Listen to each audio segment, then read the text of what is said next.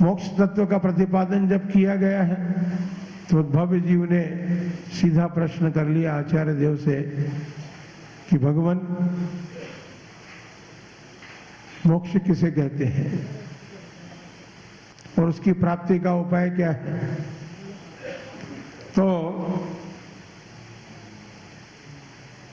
संपूर्ण कर्मों का नाश करके आत्मा की जो एक विलक्षण सातिशय अवस्था प्राप्त होती है उसे मोक्ष कहते हैं। और उसकी प्राप्ति के उपाय बताते हुए उमा स्वामी आचार्य देव ने प्रथम सूत्र का यहाँ पर कथन किया है, सम्यक दर्शन ज्ञान चारित्राणि मोक्ष मार्ग। सम्यक दर्शन, सम्यक ज्ञान और सम्यक चारित्र, इनकी एकता मोक्ष का मार्ग है। अकेला सम्यक दर्शन मोक्ष मार्ग नहीं है, अकेला सम्यक ज्ञान और सम्यक चारित्र भी मोक्ष मार्ग नहीं हो सकता। दो दो मिल जाए, सम्यक दर्शन सम्यक ज्ञान या सम्यक चारित्र सम्यक दर्शन के साथ मिलकर के भी मोक्ष मार्ग नहीं बनेगा।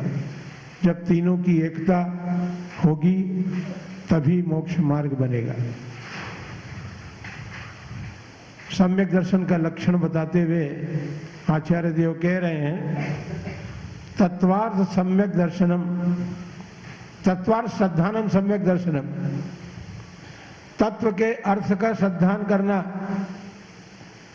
मात्र तत्व का नहीं। तत्व तो सभी को मालूम है, 7 तत्वों के नाम तो सभी जानते हैं, लेकिन तत्वार्थ का श्रद्धान करने का अभिप्राय यह है कि जैसा भगवान ने तत्वों का स्वरूप कहा है, ठीक वैसे का वैसा जो श्रद्धान किया जाता है उसे सम्यक दर्शन कहते हैं।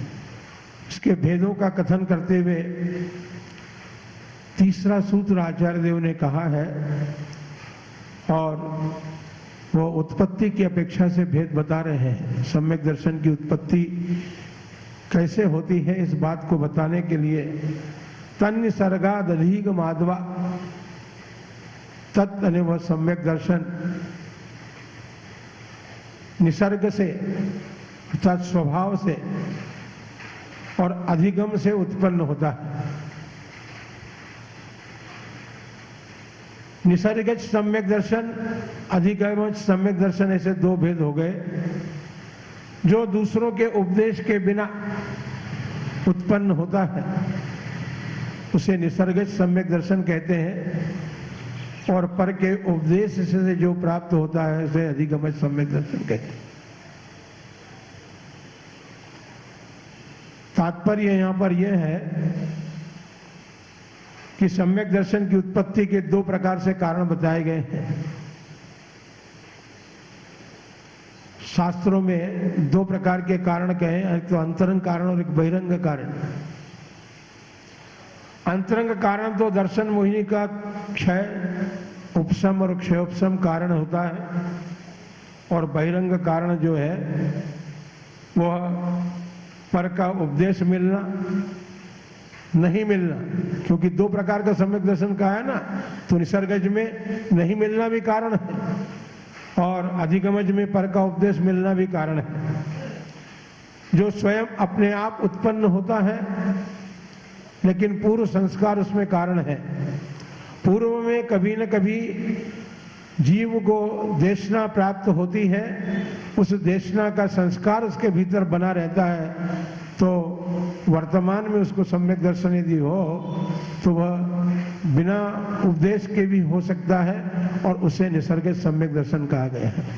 और जो दूसरों के उपदेश से होता है वह 7 तत्वों का ज्ञान भी हो और उससे श्रद्धान भी हो, तब जाकर के अधिगमज सम्यक दर्शन होता है।